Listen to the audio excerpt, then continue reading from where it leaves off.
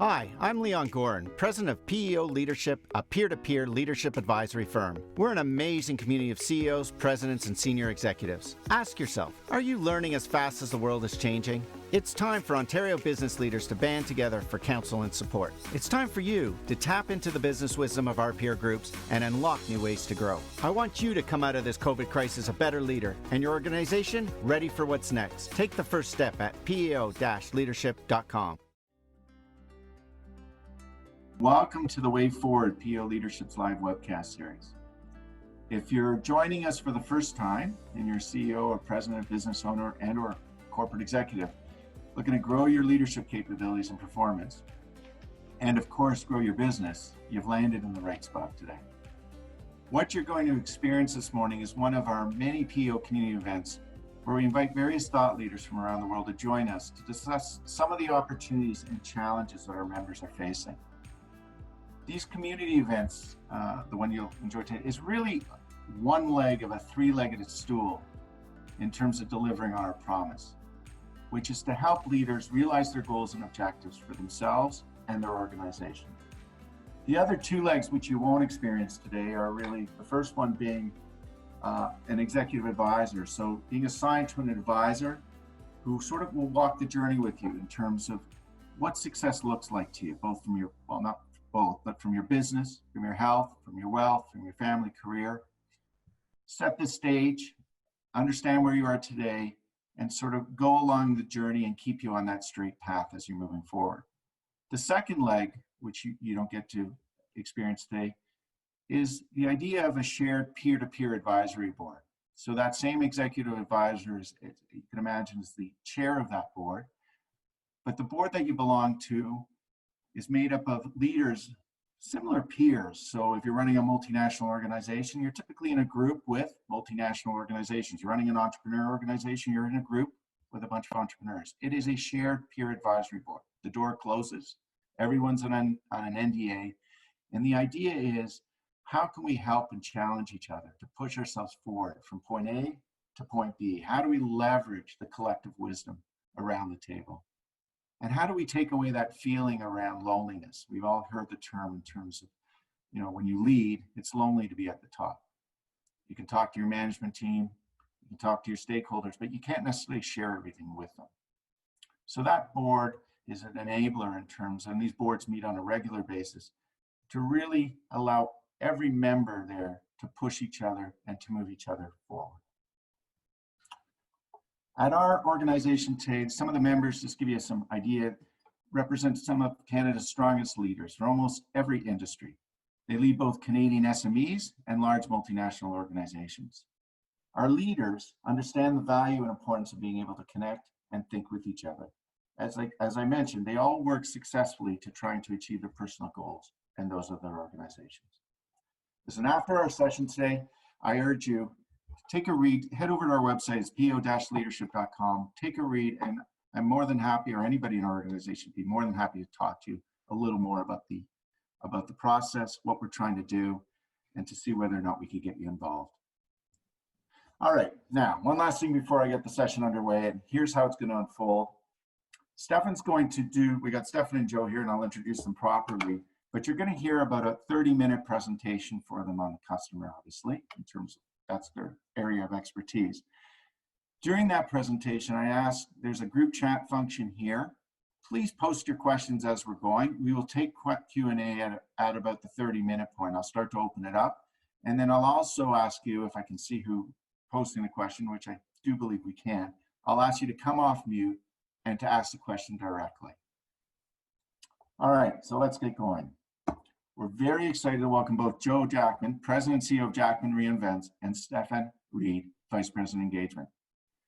With Joe at the helm, this company has led some of the most inspired brand transformations of the 21st century. You'll recognize many of the companies they've been associated and they've been involved with, such as Loblaws, Dave & Buster's, and Walgreens, and sort of naming a few. In 2020, Joe released his first book, The Reinventionist Mindset, unveiling a unique, human-centric approach to corporate transformation. He effectively shows us how to thrive in an era of disruption. That's kind of interesting. He put the book out in January of 2020. The timing was kind of a little suspicious there. He got it dead on. He starts by repositioning change as a force to be embraced. I visited their website and I love their opening statement. When everything is changing, the bold see opportunity. All of us are now rethinking what we value, who we trust, and how we spend our time and money. The moment to understand change, sharpen your strategy, and refresh how you engage with your customers is now. Gentlemen, it's a pleasure to have you with us today. I hand you the mic. Thank you so much, Leon, for the kind introduction.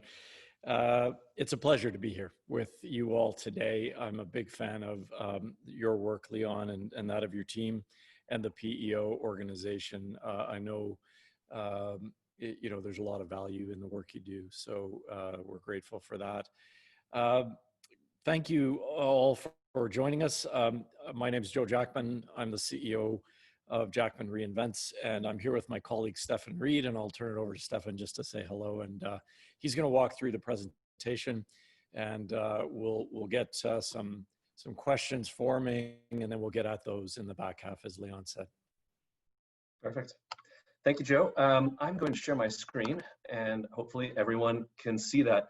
So as Joe and Leon both mentioned, my name is Stefan Reed. I'm a VP of Engagements at Jackman, and what that means is I split my time leading engagements with our clients on the ground, and I'm also responsible for our thought leadership, and we're going to be sharing some of that output with you today. What we're going to do today is I'm going to go as quickly as I can, and I do speak fast, through a set of findings, insights, and implications for a new tool in our arsenal at Jackman called the Human Insights Study. And what that does is it allows us to track customer attitudes and values over time and how they've shifted and morphed in response to the COVID-19 pandemic and everything else that's happening in the world right now. So we're gonna showcase for you how we think about consumers in our work, and how getting under the hood of their values and attitudes and what's changing can unlock insights to drive new levels of customer engagement. And particularly how doing that right now is critical to shaping your reaction as the world begins to open back up. So there's a ton of detail in the study itself, in the reports. We won't be able to get to all of it today in this format, but if there's anything that piques your interest, as Joe and Leon both mentioned, either ask us the question or follow up with us afterwards. We're happy to share the reports and dig into the detail with you. So with that as sort of table setting, I'm gonna dive in and go. Okay. So if anyone here is on social media, you'd be forgiven for thinking, about a month ago that everyone was baking, sewing masks, aggressively jogging down the sidewalk. And look, since we built this presentation, the world has moved on so quickly and very positively into a meaningful and important engagement with civil rights and anti-racism education. And all of a sudden that was beginning to dominate social media as well. And there's no doubt that, engagement in these activities, the level of it has shifted, and very thankfully so in the case of anti-racism. But we also have to acknowledge that beyond the headlines, the range of reactions and changes in behaviors in response to particularly the pandemic is in fact quite varied and diverse. And I say that, but the media and the business press, well, they're just as guilty, right, as social media of kind of hyping up the one size fits all consumer insights. So, it's either a story about a monolithic block of quote unquote consumers, or, slightly better, they'll talk about millennials or Gen Z or, younger Americans you can see on the screen here. And look, I get it, for media digestibility, to get the eyeballs, to get the clicks, simplifying things down in this way makes a lot of sense. But as business leaders, we know that's not the way that the world of consumers, really works. And that's the essence of the massive challenge that I think is facing all of us as business leaders today, right? There's so much change happening in our daily lives, in our shopping behaviors, in our thoughts about the future, and even the fundamental relationship we have with entrenched systems, that kind of everything is up for grabs right now. Consumers are in play like they never have been before. Every behavior, attitude, and relationship they have is shifting in some subtle way. And that means every business and every brand and every industry, there's shifts, and there's going to be a lot in play. I'm just going to tell a very quick story to illustrate my point. The other day I was having a discussion with a former colleague, and we got to talking about our kids. My son just turned 5 months old today. And so my colleague was asking me, what it's like to be raising a baby right now. And candidly, like it's a little bit weird. For basically the first 5 months of my son's life, he didn't really get to see other people except on the occasional Zoom call, which he absolutely hates. We couldn't take him to baby classes. We couldn't pile him on the floor with a bunch of other kids. We couldn't even really let his grandparents hold him. And so the thing that's shifted up for us as parents, though, is more than that. It's, if we as a society, we're questioning how we work, how we interact, how we shop, and even more importantly, things like the role of the police, of community, how the economy works, and just simply taking a look at how life in general works, then for me as a parent, my assumptions about what parenting looks like, all of a sudden they're on the table in a way that, if you'd asked me before, in January, I wouldn't have been able to articulate. So me and my wife are actively right now taking a new look and revisiting how we think about how we plan to school our kid, what daycare means for us, even little things like the type of toys and foods we plan to give him. There's more possibility than we've had before because we're able to question things in a way that we simply weren't doing before the pandemic. Because not just the world has changed, but my attitudes and my wife's attitudes about some pretty fundamental things about what's possible, well, those have changed as well. And so my point is this, right? Even as we start to see people reverting some behaviors back to things that look at like pre-pandemic behaviors, the world has moved on. The consumers have changed. Not everyone's changed in the same way, but a lot of that is not going to go back in the bottle. So my job today and our job is to show you how we at Jackman tackle this and how we can help you and help clients get to an understanding of what's going on that strikes the perfect balance between those headlines or trends that we just saw, which, you can't really react to those. They're not useful, but you also can't get to the level of the nuance of the individual shift. It's just too complex. It's not workable. So we're going to show you the middle ground so you as business leaders can pivot your strategies to what's actually changing for consumers and gain new engagement in a way that, it's nuanced, but it's actually going to be workable and manageable. One last thing to level set before we dive in. Broadest possible terms, right? As I'm sure you all know, when we segment consumers, when we think about grouping them, there are 3 different ways that this is typically done: by demographics, by occasions, or by attitudes. And each of these does have a role. You need demographics to inform marketing tactics, media buy, et cetera. You need occasions so you can demonstrate, the right use cases and show up at the right time to interact with your consumer. But at the level we're going to talk at today, at the level of strategy, at the level of understanding how consumers relate to you as a brand, how you can design an experience in the most impactful way so that it's just dead clear in a consumer's mind, like, that's for me, I get it, I want it. Well, that takes an understanding of consumer attitudes. And I'm just going to drive this home with 2 very quick examples. Barack Obama, Dennis Rodman, similar ages, both Black. When I was doing my research for this, found out that they were both once, well, Obama still, but married to women named Michelle. Demographically, they would show up as pretty similar, but they've made a few different choices in their lives. And that's why getting to the root of attitudes matters.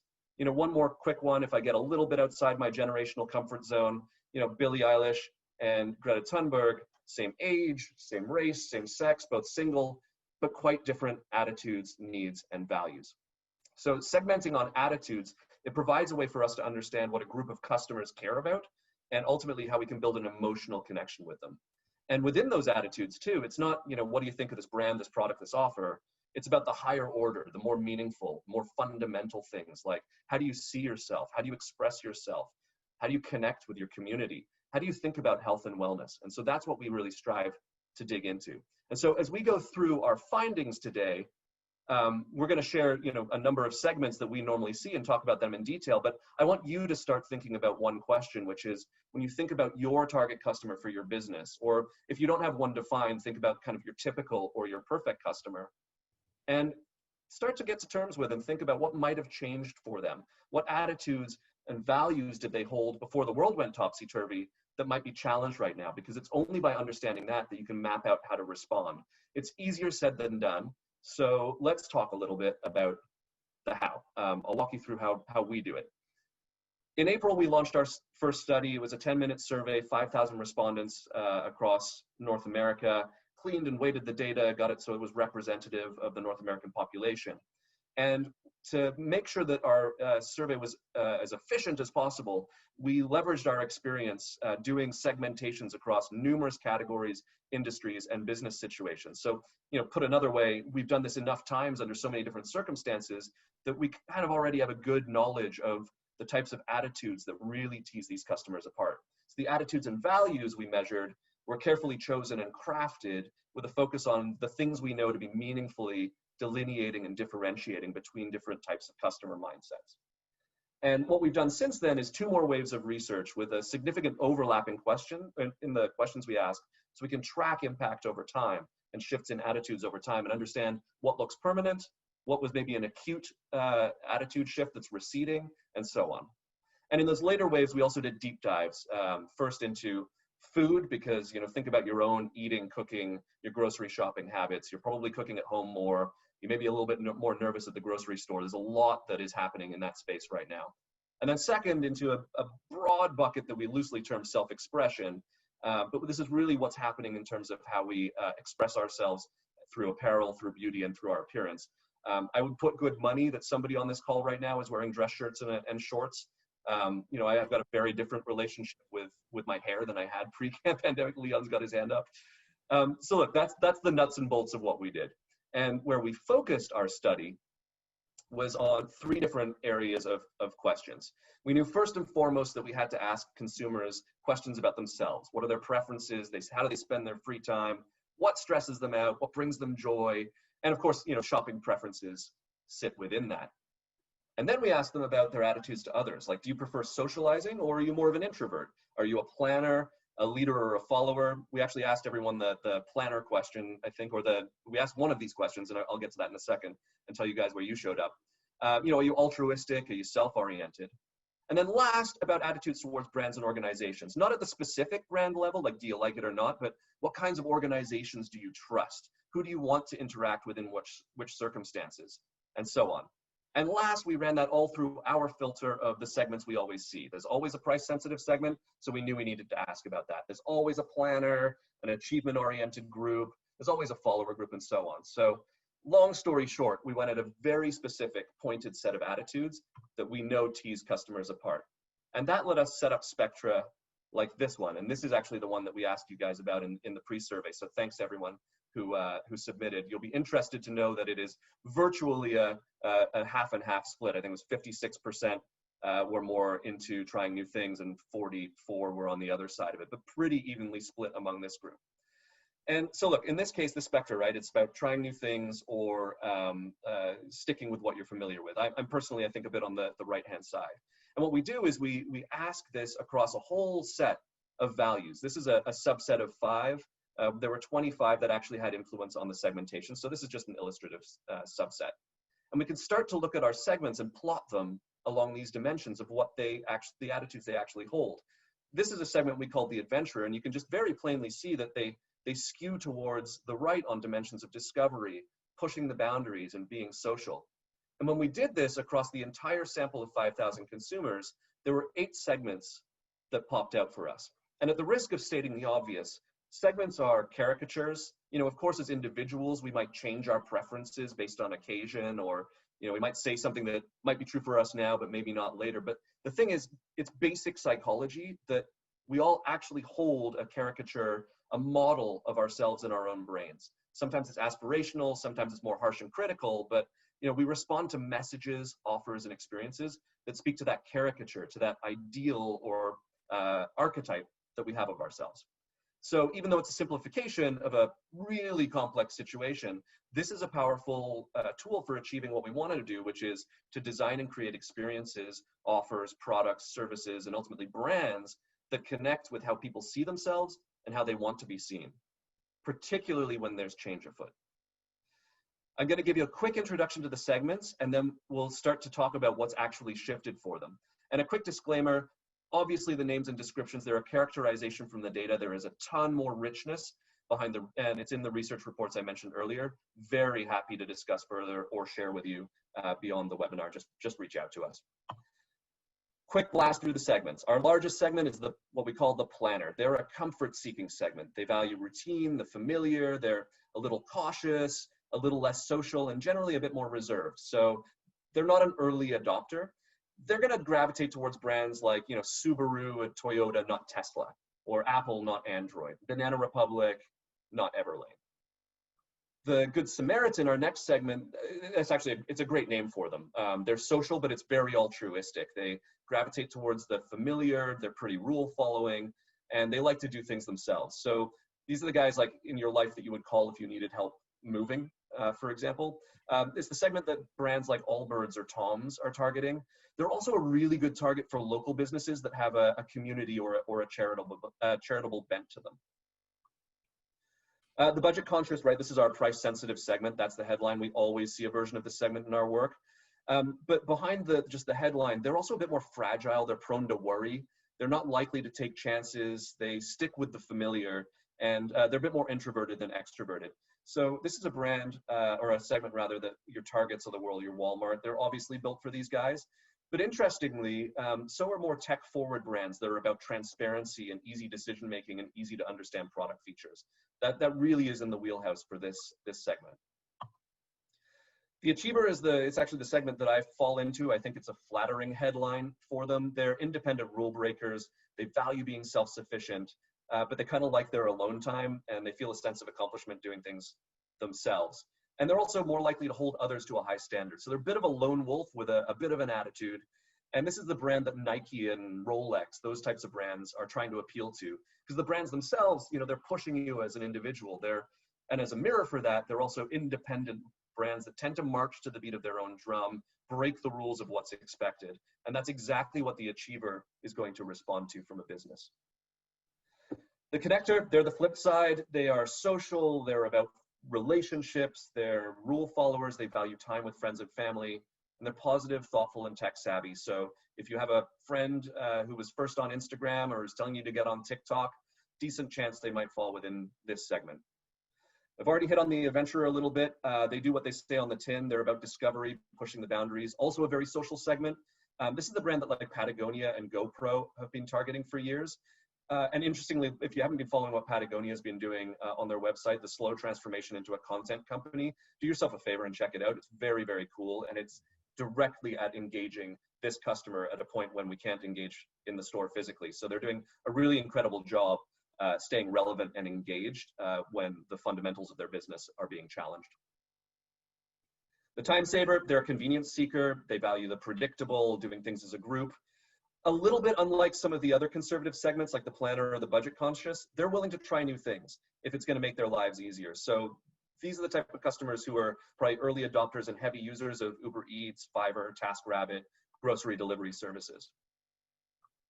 And bringing us home, the last segment, the 8th segment, the Trend Seeker. They're all about discovering new things, but they're not a first mover. They're a fast follower. They're keen to shop in multiple locations. They enjoy that experience of finding just the right thing. So this is the segment that right now is probably doing a lot of browsing to find the perfect mask to wear out in public to demonstrate their individual style. So very quick blast through 8 segments with 8 different mindsets. But here's the cool thing, right? We can actually tie each of these segments to, these are category agnostic. We've been through the rigor of tying these to what you might be focused on in your business or your category. You know, for example, these segments really popped when we looked at attitudes towards food in terms of different reactions.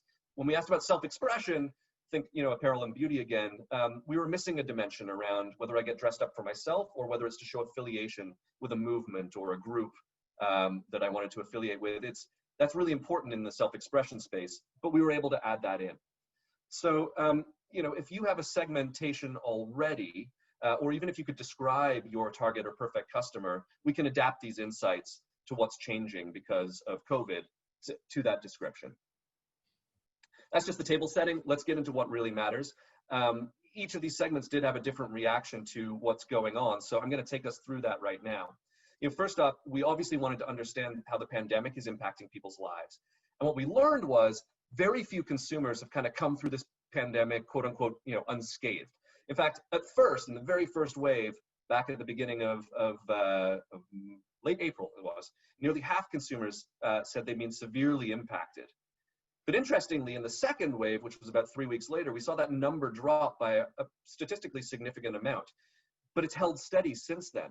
And it kind of makes sense, right? Like at first there's more uncertainty, more to figure out, but once you get through that stuff, you kind of settle into something that feels more normal. This is going to be a fascinating number to watch as things continue to reopen. It's also probably not news to you though, because this has been reported elsewhere. What is interesting is how it plays out for different segments, because there is a difference. The planner and the budget conscious said they were actually less impacted. Really interesting for the budget conscious being a worrying segment, but I think that's just because their baseline worry was actually higher even before the pandemic.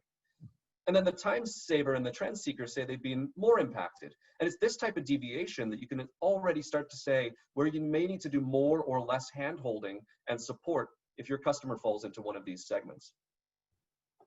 In addition to understanding the overall impact, we ask consumer perspective on how they're coping. Are they struggling or are they handling it well? Or somewhere in between? Again, kind of polarizing results, right? Nearly 1 in 5 consumers, they're in a bit of an enjoyment phase at the beginning. That's actually grown. But we've got a equivalent portion at the bottom saying, I'm really struggling to figure out how to live my life right now.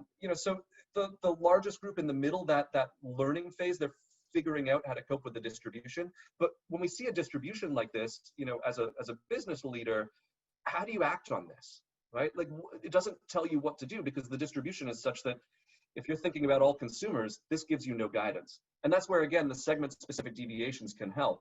The Good Samaritan and the Achiever, well, they're handling the segments pretty well, or the situation pretty well. But the budget conscious, the trend seeker, and the time saver, well, they're struggling. And let's dive deeper into that because I think this is where it gets really interesting. We actually ask consumers to rank what's been most impacted, what's least impacted, and we can do what's called a max diff analysis on that. And it basically, the vertical line and the dots on it, they just show you top is most important, bottom is least important, and the difference between the dots is kind of the relative importance between them. And so, quite clear, right? Shopping habits are at the top. For this group on the line, you guys actually said travel was the most impacted and shopping was the second. So I think also pretty interesting there.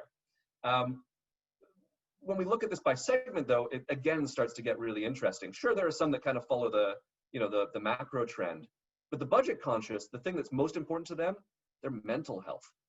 And the time saver and the trend seeker, it's about financial stability.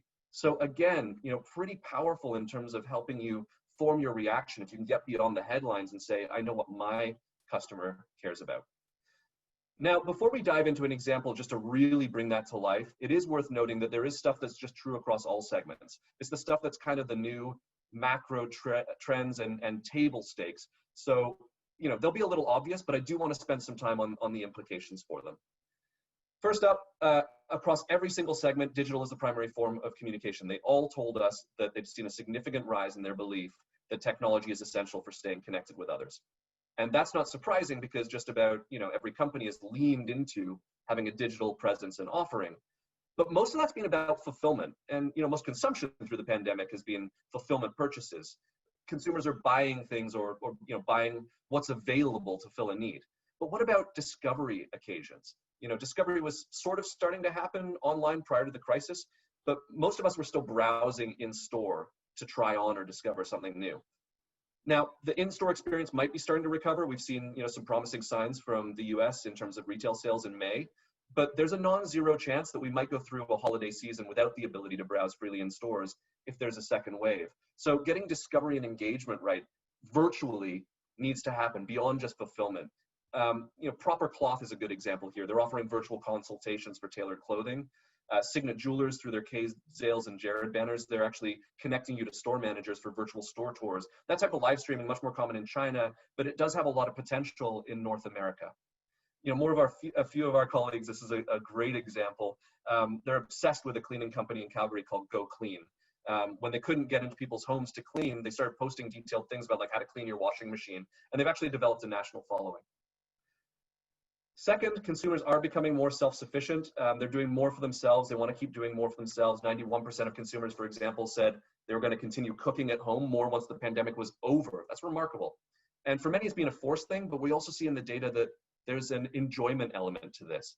And so, Tim Hortons does decorate your own donuts. IKEA's told you how to make their meatballs at home. The Keg does a celebration kit to recreate the Keg experience at home. Give consumers, lean into it and give consumers the chance to recreate the benefit that otherwise they would get, from you. And third, brands are expected to play a larger role. I know we're going to talk about this one a lot more because across all segments, they told us that brands should be more held accountable for their actions. They'll be more likely to hold brands accountable for their actions.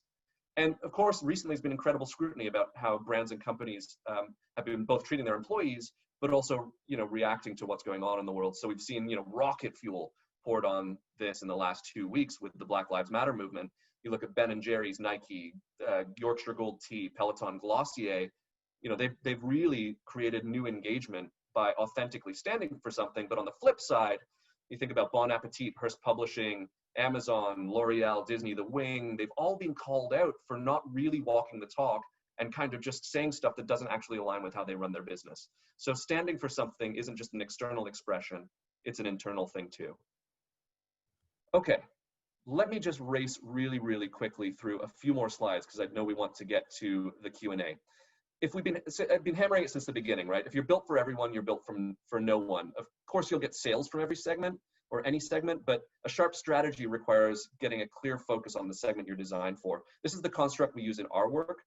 Some of you may be familiar with it, and it's simple, but it's powerful because of that. What I want you to focus on is the top of the pyramid, because the best strategies are the ones that, you know, have focus and clarity, and they're the ones that just put one customer description at the top. And that's hard because as business leaders, we get into the yeah buts and the how abouts, and we try to build Franken segments that give way too much wiggle room to decision making in the business.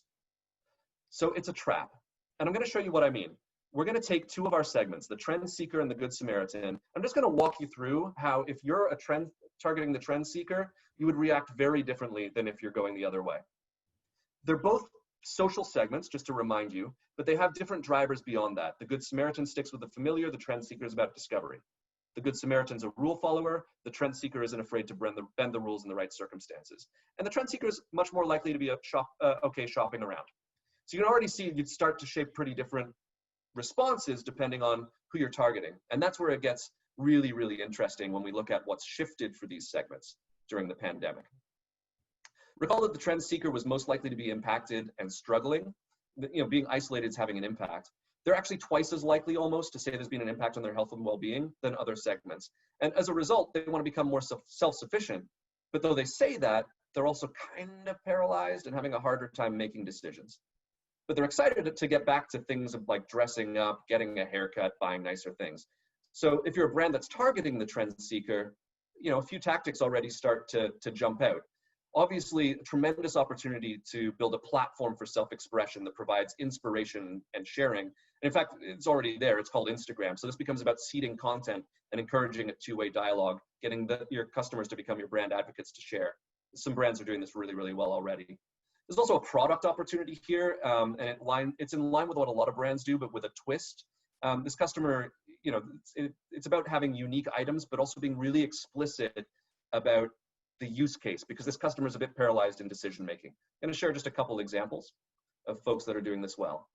Reka Vodka, they do a Beard of the Week contest. They've been doing this since the beginning. And really what they've done is started to seed out themes for beards, and they've done that to the bartender community. And so they've got this beautiful Venn diagram of an attitudinal segment, a category appropriate demographic, and a COVID response. And I'll place good money that you'll see a lot of bearded bartenders serving, you know, Reka in the near future. This tactic of building a platform for self-expression, it's not just a customer-facing one either. Reformation, which is a sustainable clothing brand, they basically turned over the keys for how their product shows up to their employees. So it creates a tremendous amount of engagement and turns employees into brand advocates. And sticking in apparel for a minute, Roots, you know, they've leaned heavily into face masks as an accessory. A pretty obvious example of unique product and a clear use case. I'll give you one more. Majuri, they're a DTC jewelry company. They recognize that the Trend Seeker would be particularly hard hit by all the missed occasions like birthdays, weddings, graduations, and so on. So they created lines specifically for those missed events. They very directly paired a unique product with a compelling story and use case. It's exactly what the Trend Seeker is looking for right now.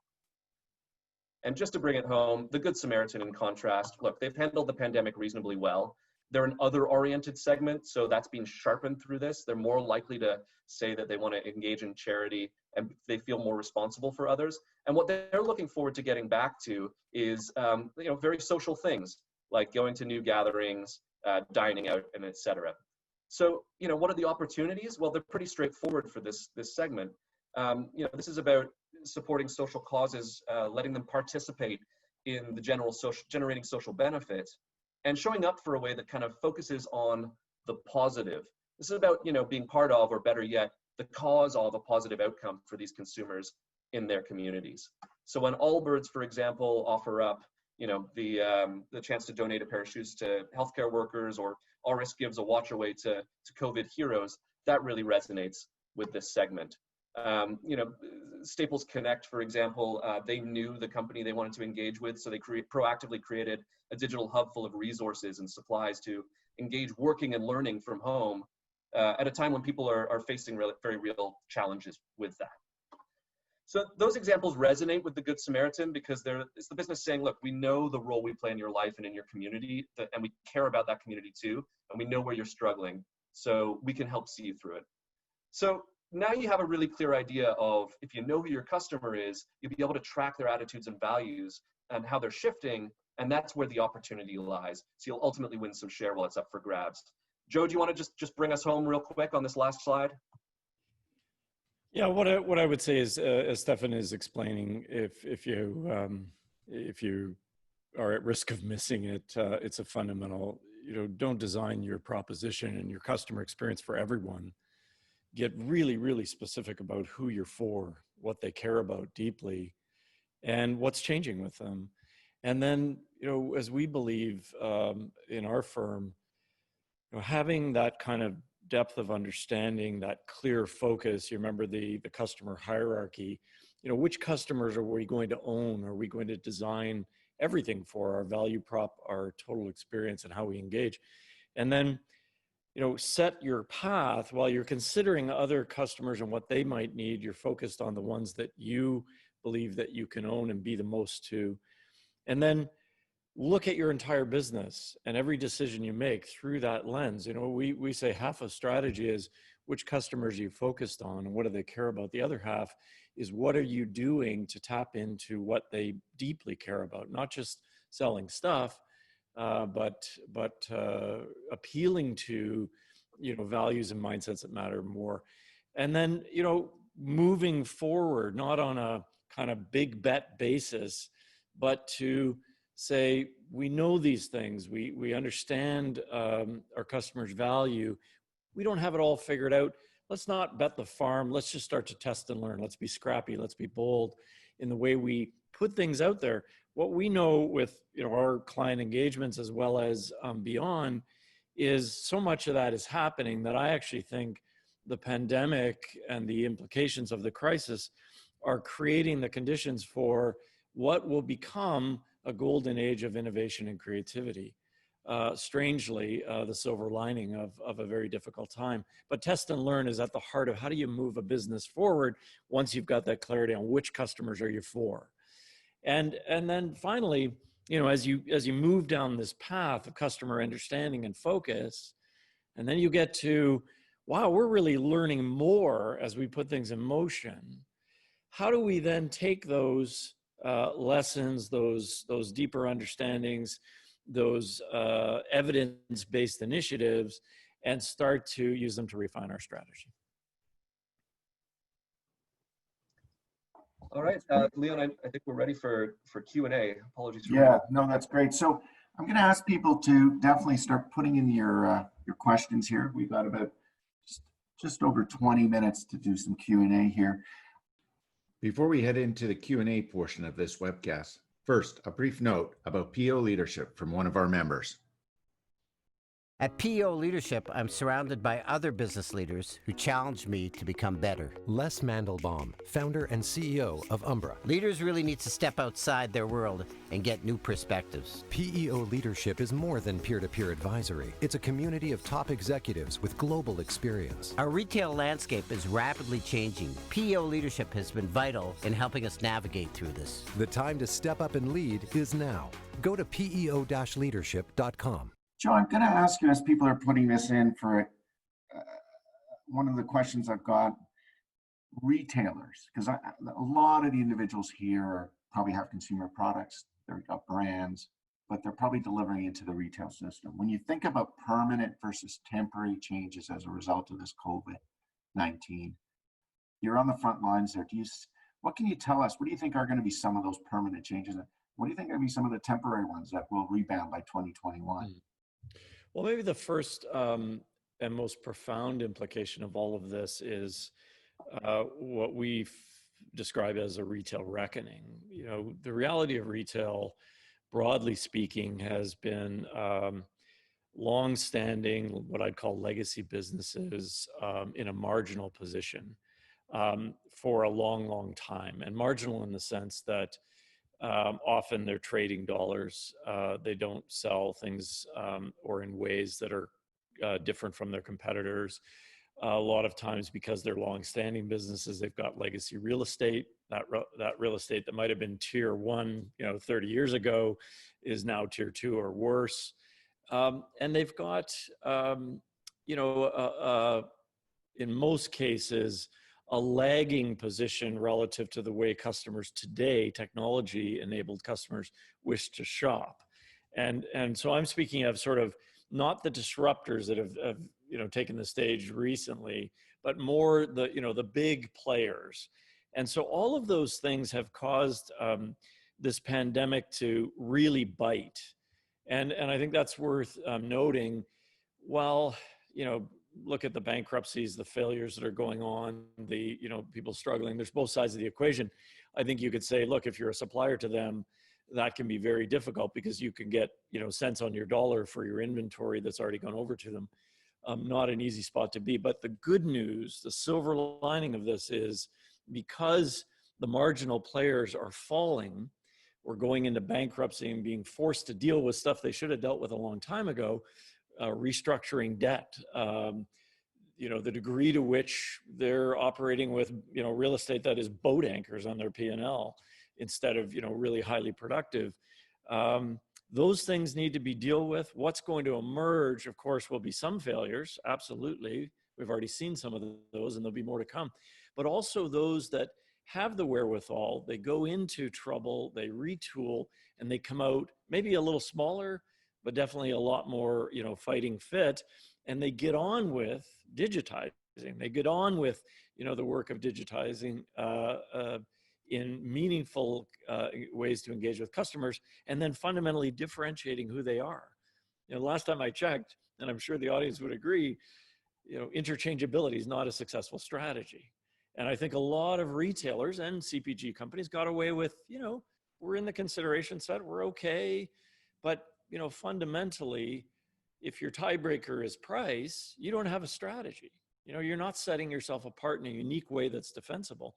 And that's why, tying that question to what was just shared, that's why it's so fundamental. Who are we to whom? And therefore, how can we design a value prop and a highly differentiated offering and experience that's going to be sustainable? Then maybe a little more granular. Look, there's winners and losers already. Those folks that are deemed essential obviously have a better time of it. Anything that's discretionary.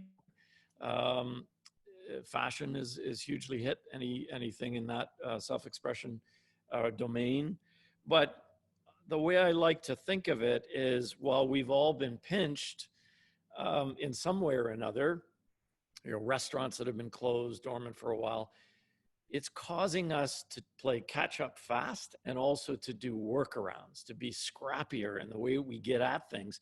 And it's funny, I talked to a CEO yesterday, and he said, our 4-year plan was to hit a milestone in penetration of e-com and digital direct relationship with customers, including a richer, deeper engagement. He said, we hit that 4-year plan in 5 months. And so now the question becomes, well, what next? If that's our starting point, and look, we may see some things recede. The penetration of e-com and retail across the board has gone up dramatically. We may see that come back, but the consensus in our community and in our data is that won't go back. It won't go back to what it was. So now the question is, we're standing on new ground. How do we leap off it towards the future and new possibilities? Oh, that's great. It's funny you mentioned that story. We've seen that within our membership as well. I mean, you've talked about Mila, I did a snippet with, same thing. 5-year digital strategy, last 3 months, boom, Beretta Meats, same thing. Everybody just driving really, really quick, being agile. Yeah. I'm going to go to some of the questions here. Nick, are you on and you want to come off mute and ask your question? Sure. Thanks, Leon. Stefan, Joe, thank you very much for the presentation. Phenomenal. I just really had a question around expectations of the consumer, particularly in this new world of digitization, mobility, et cetera. That how do you balance off the communication process between personalization and mass? So even if we look at segmentation, they're fairly large groups, but I think as a consumer now, the expectation is you're going to talk to me personally. So how do you balance that within the environment you guys presented? Yeah, it's a great question. You know, it depends so much on the business itself and its scale and its wherewithal. I think that what we're finding so encouraging is, let's take text communication between those on the customer service or sales side and customers themselves. You know, there was a rule, almost an unwritten rule in some consumer businesses that, well, our frontline folks don't share their mobile information with customers because we need to control the brand experience, and there needs to be, you know, data platforms and all that stuff for that to happen. Along comes COVID-19, people are struggling to just replace revenue that's lost. And a lot of those barriers have come down. So I think we got into, particularly if we're talking about mid-size or larger businesses, we got into this mindset that everything has to be, you know, platformed. Everything has to be sort of completely figured out and buttoned down and risk-free. And I think that's gone away, and that's a good thing. I think it's much more, look, there's always variability that you don't want in any customer experience, but giving it over to customers and saying, look, we can serve you in new ways. Me as an individual representing the brand I'm part of is just a powerful unlock. And it doesn't need to be formal. That's what I would say. So personalization fundamentally in scale is about data, and it's about algorithms and all of that that's really, really valuable and I would argue necessary today. But it can be a much, much lower tech, version that does every bit as well. Yeah, and just to layer on there, I think that, you know, the dividing line comes from personalization shows up in the tactics you choose. It shows up in your store level interactions. It shows up in what products you choose to put forward. The design, though, of the way you show up, where you show up, and what you mean to customer, that's where the segmentation and the attitudinal part really gives some power, because you want people to have clarity over, you know, what you stand for, but then tactically make it feel like, okay, they get me. It's a personal interaction. Yeah, it's a great ad. Like alignment equals power, right? Alignment, as Stefan is alluding to, you know, you're going to experience it in this channel. You know, when we talk about ourselves and what we're doing for the world, you're going to hear the same things. If it comes from the same center, it has a chance of amplifying. You know, aggregating around a common theme equals power, equals traction, equals I know who they are. I know who they are to me, and that's a multiplier. Next question. Love to cover a bit more ground. Yeah, Teresa, do you want to come off mute? Sure. I'm wondering, in terms of the work that you've done, I mean, everybody was so focused on COVID and how people were experiencing and dealing with it, that, you know, all of a sudden a huge social issue got, you know, the spotlight that it has so desperately deserved for such a long time. But with it brought very similar things like mental health issues and the impact of it. And you talked a little bit about, you know, your segments that are looking for brands they trust or brands that stand for something. Are you seeing in the research you're doing or in the groups that you're dealing with a major shift from a customer focus? Is there a lot of difference between COVID and Black Lives Matter issues? Yeah. And within Black Lives Matters issues, are they expecting something particular from brands in terms of the positioning that they take? Yeah, it's an excellent question. Thank you. First thing to say is that these things are not unrelated.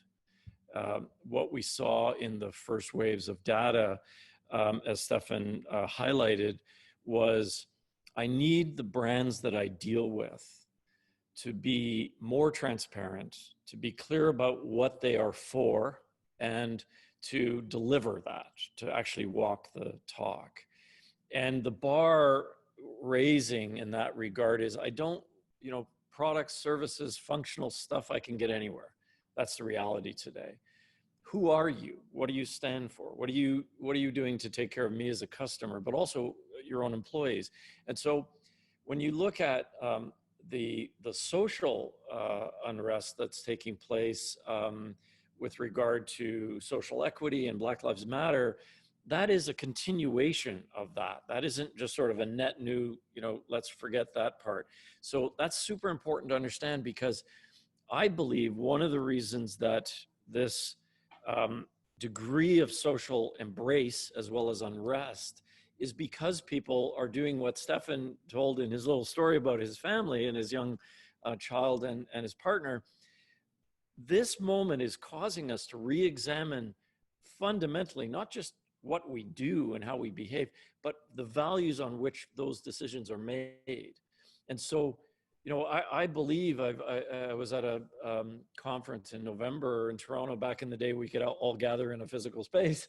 And I spoke to a group at Elevate Tech Fest. And that was the first time I started to talk about, the emergence of the values economy. If you look at brands that are starting to move forward in powerful ways, powerfully connecting with customers, with humans, it is not on the basis of value, quality over price or access.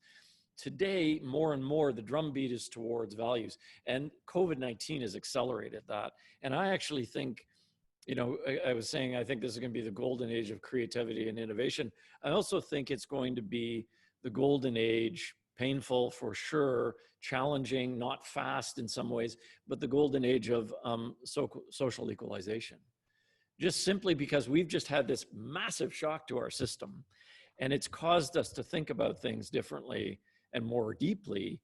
And, just watch what happens in regard to climate change, which has long been, it's an issue, we believe it, we understand it, but not much happens. I don't have a crystal ball, but I would say there's going to be a massive social shift in terms of engagement on that front, just like there is on social inequity. The only other thing I would add to that is just strictly from the pure data. That's exactly what we see. Most of the values that had a spike have receded somewhat. The one that is actually held the most firm was when we asked people, I believe, agreement with the statement, I believe organizations need to be held accountable for their decision. More, do you believe that more or less? It's consistently been over half of consumers, and it hasn't really budged. So I think that just backs up exactly what Joe's saying in the data. Great. Thank you, gentlemen. Alan, can I come up, get you off mute and have you answer your question as well? Yes, Alan is the name of my wife, but I'm under her name. My name is Joel, and I'm calling from Europe. But my question is, in Europe, we see that governments tend to do the opposite of what would be natural under these circumstances. So the market would prefer the agile companies, but the governments tend to support the ones who were not ready for this situation. And that's, in fact, contrary to what you were referring to, Joe. Well, it's such a great point to raise, and thank you for joining us from Europe.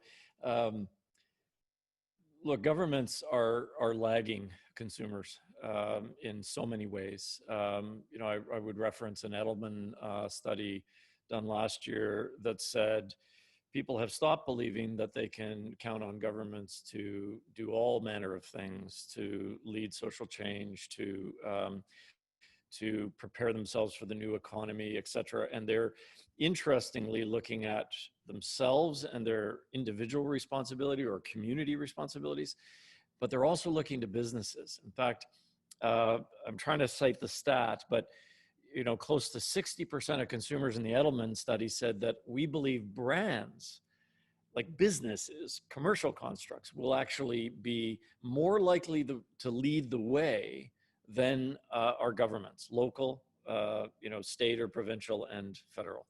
And I think that's a massive shift. We have to pay attention to, politics has always been driven to some degree by individuals and their collective choices. But we're seeing something that, the mobilization of consumerism towards values is a phenomenon that I think is going to reshape much of the world. So, I'm not a strong proponent of governments these days. I think most of them are making very odd choices and not really practical. And they're not getting on with what is next. They're sticking in the past. And look, those days are gone. But that's probably another seminar entirely. Again, it's one of the things that we asked about was, do you believe your government's going to do what's right? And in the first wave of research, that was the only value that customers said they were less likely to say that. Again, just more driven much more by the United States than by Canada in our study. But it's just really, backed up again in the data. That's what you call media influence from the United States. Yeah, that's right. That's great. Thank you for that question. Beth, are you on the call still? I know you had a question. Yes, I am. Thanks. And thanks for that really great content. So my question is, are homes the new fashion in terms of self-expression? People are spending so much time in their homes. They're virtually working in their homes and socializing in their homes, and more people than ever before, like your coworkers, are seeing into your home. So Right. Does this have long-lasting implications for how we live and also for businesses that can take advantage of this? Yeah, if you look at some of the recent business performance stats, home improvement, garden supply, all manner of things related to home seem to be growing at a tremendous pace. And, I think part of it is your self-expression now visible as different than before, where, people weren't perhaps, or as many people weren't near their home literally as before. But also safety. This is nesting that's going on, and nesting fundamentally at a human level is around, I want things to be not only, lovely and express who I am, I want them to be controlled. I want to, to shape my environment so it reinforces that I'm in a good place. And that, I think is definitely going to bode well for those in the home business. And also, I mean, if you think about it, some of these other pings on, cooking at home and so on, imagine how much, cookware, specialized equipment, et cetera, the engagement with the restaurant community, chefs, on and on and on. I know that there's been a lot of doom and gloom, and there is a lot of doom and gloom, but there's so much exciting potential if you just look at what's happening and say, how do I respond to that? How do I do something with that would be of value to the customers I serve and my business? It's a great question, Beth. Thank you. Thank you. Well, we're coming pretty close up. We got 1 minute before noon here. Before I close it out, here's the question. Own the customer, has been a huge thing on one of the boards I sit with, a big CPG company today. Is it more relevant today than ever before now with going through COVID-19 in terms of, if you're the producer, you own the brand, you need to own that customer? Yeah, I think it's the fundamental question. It's a great place to leave it. Look, I'm honest with leadership teams that we work with, those that we know well and those that we come into contact with. And I say, if you don't have a focus, a customer focus that's clear, meaning you're choosing segments of customers to design for, to create for, and that's manifest across everything you do, not only your voice, but your proposition itself, you don't have a strategy.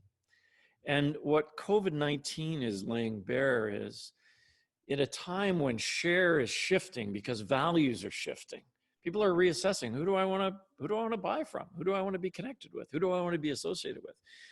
If you don't have that kind of customer clarity, your business is at greater risk than it need be. And I would say, I was on a board call with a leadership team last week, and, we showed the data that said, never before in the history of this category has there been so much market share available. It's going to go somewhere. People are failing. Share becomes free. People are, mishandling the COVID-19 reality. Share becomes loose. And if you've got your stuff together strategically and you're moving forward at a pace, and by that I mean, customer focus, really, really lasered in, and you know what they care about, the world's your oyster. No, seriously, this is the best to start a business, to pivot a business, to take a great business that's good at all this stuff, and then just simply get tight, get focused. There's a lot of value to be created, like a lot of money to be made. Gentlemen, I want to thank you so much for joining us today. Our pleasure. The insights were fantastic. I apologize to anyone who I pronounced their name wrong. Teresa, it's Teresa. I'm sitting here going, how could I say that?